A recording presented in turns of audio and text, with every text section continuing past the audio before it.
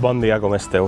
Benvinguts a l'Ullal Gran, així, en Tavernes de la Valldigna. L'Ullal Gran és la porta d'entrada, per dir-ho d'alguna forma, a la Valldigna. Molts segurament el coneixereu. Però bueno, avui he vingut a xuar en una moto a la que li tenia prous ganes, la veritat. I és aquesta, a veure si sóc capaç de... aquesta. Honda Transalp 7,5. He d'agrair-li a Honda Màquina València que m'hagi deixat eixir a xuar en ella. I res, i és que si l'Africa Twin, diguem, és la reina, vaig a ficar-me així, així se veu de fondo. Si l'Africa Twin és la reina, no? O una de les reines de les motos trail, aquesta Transalp jo la equipararia un poc a... No sé si teniu una navalleta d'estes multiusos, sabeu? Pues, bueno, ara durant el vídeo m'entendreu. Anem allà.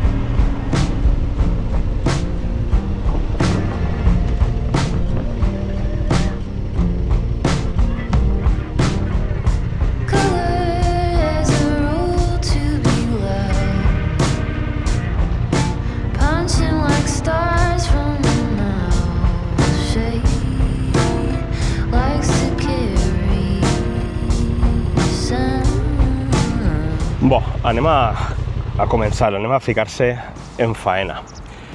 La Transalp arriba al mercat allà pel 86. De fet, es pot veure, o a mi m'encanta encara, diguem, aquesta tipografia vuitantera, no? que manté el nom de Transalp, m'agrada personalment. Però bueno, arriba amb el nom de XL 600V.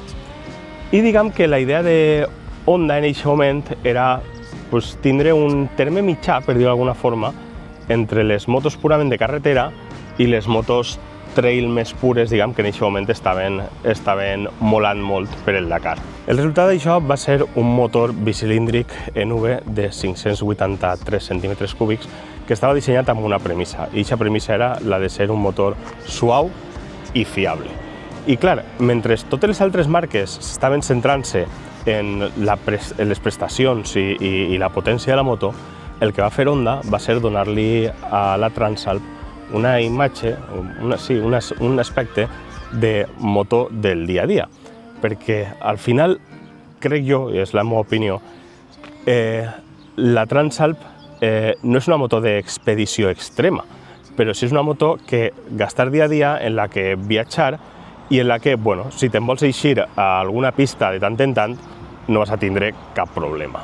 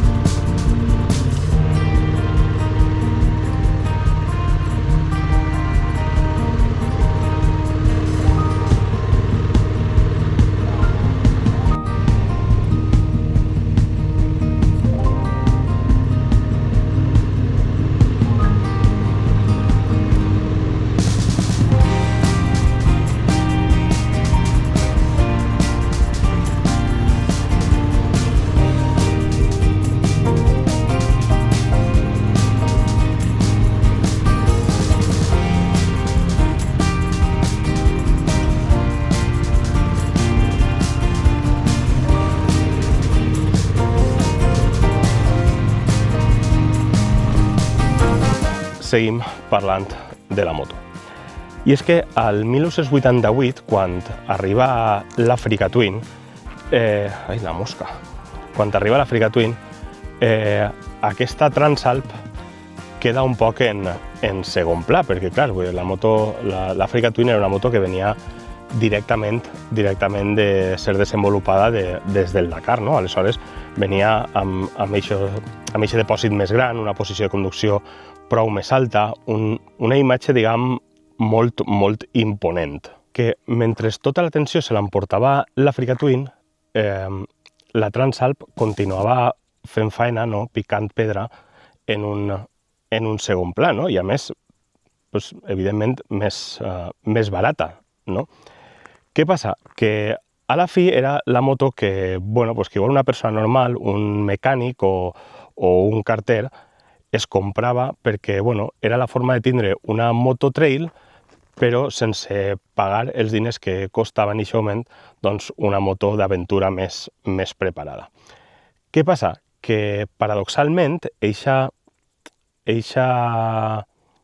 segon pla, eixe perfil baix que ha mantingut de continuar fent i de ser una moto fiable, amb tots estos anys, o durant tots estos anys, ha acabat convertint aquesta Transalp en una de les motos més fiables i menys problemàtiques que pots trobar al mercat de segona mà.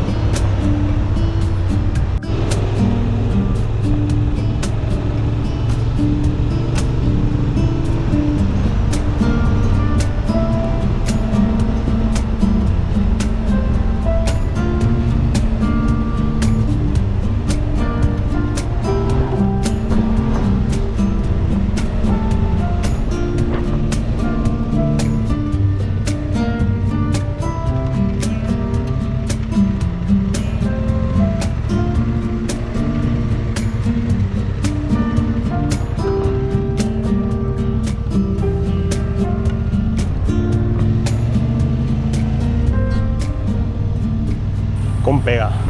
Vaig buscant ombretes al costat d'arbres, perquè, he parat m'imagino que ho conegueu, la carretera per la que anàvem és la SV50, és la carretera, no te diré que mítica, però sí que va de Tavernes de la Valldigna fins a Llíria, pots anar per aquesta carretera, i la veritat és que a mi m'agrada molt.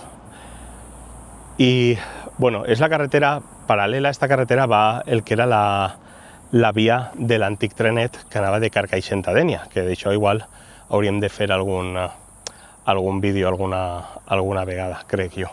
I bueno, volia ensenyar-vos, el que passa és que estava al sol també, una de les antigues parades, l'apeadero, diguem.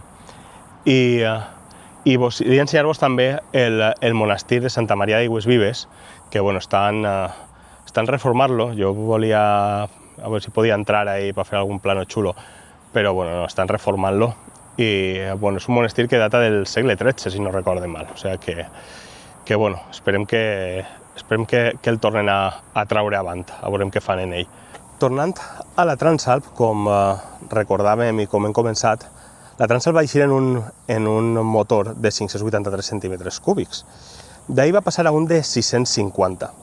Del de 650 va passar a un de 700, que en realitat no era 700, era 680. I en aquesta nova generació passa a un motor de 750, que en realitat no són 750, són 755. És un bicilíndric V-twin, crec, en paral·lel a 52 graus, que és el mateix exactament que porta la Hornet.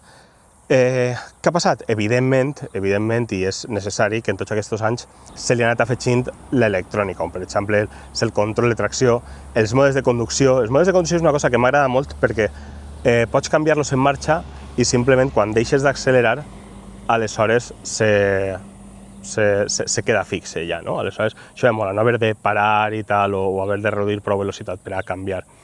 I després l'e-clutch, del que parlarem ara en un ratet.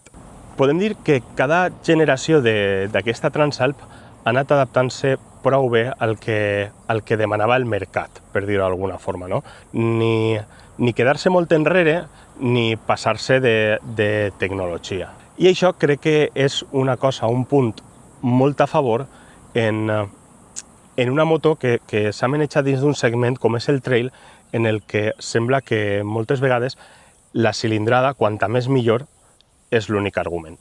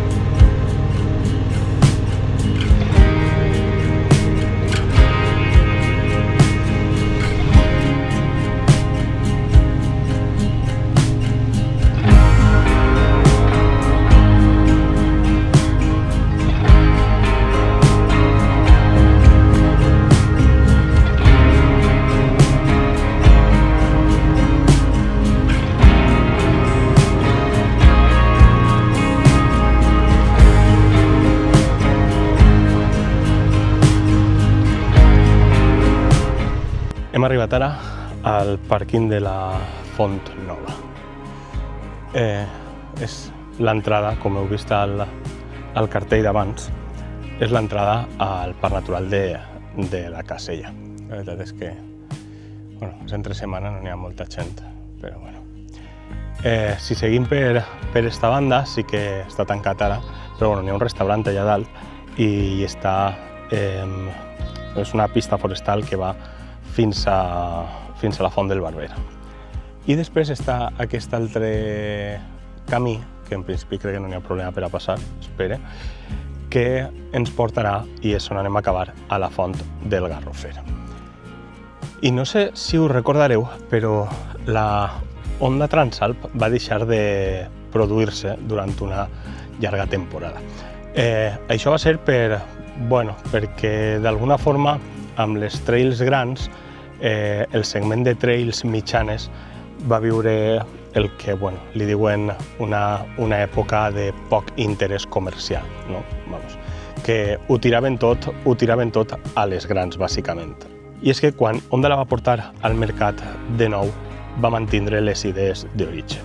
El pes, 208 quilos, menys que la meua Bonville.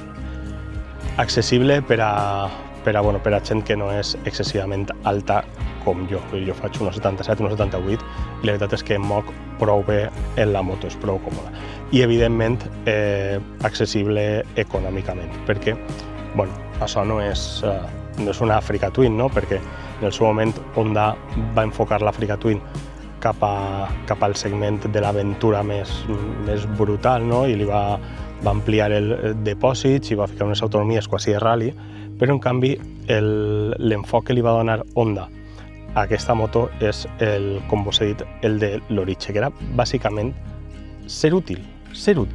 I sé que estàveu esperant que vos parlara del e-clutch, d'aquest sistema d'embrague automàtic, diguem. No és un DCT, perquè no és un automàtic, és simplement que tu pots canviar les marxes en el peu sense necessitat d'apretar la maneta d'embrague. Simple y llanamente. Quan agafa la moto en Honda Màquina València, Hernán, que és molt bon tipus, el que fa tots els paperos de les motos i això, ja t'he dit, molt bon tipus, m'ha explicat i parlant de l'embrague m'ha dit no lo gastes. I jo som molt cregut i li he fet cas. I sí que és veritat que al principi tens aquesta sensació rara perquè estàs acostumat a reduir o en coordinació amb la mà, però m'he acostumbrat prou ràpid. I he de dir que, dins del meu esperit tradicional de moto, m'ha agradat. A mi m'està agradant. No se me pot oblidar parlar de algunes dades tècniques, no? Mateix motor que la Honda Hornet, 91, algo cavalls, és la mateixa potència que tenia un Ford Orion, que vam tindre a la família. I res, això, més o menys el que vos he dit ja, i és que Honda ha recuperat una moto que funcionava molt bé, que està feta per a gastar-la, que si vols eixir a la terra pots eixir i que si vols anar a la feina i moure-la entre el trànsit i una carretera convencional, pots fer-ho. I això, a dia d'avui, és molt valuós.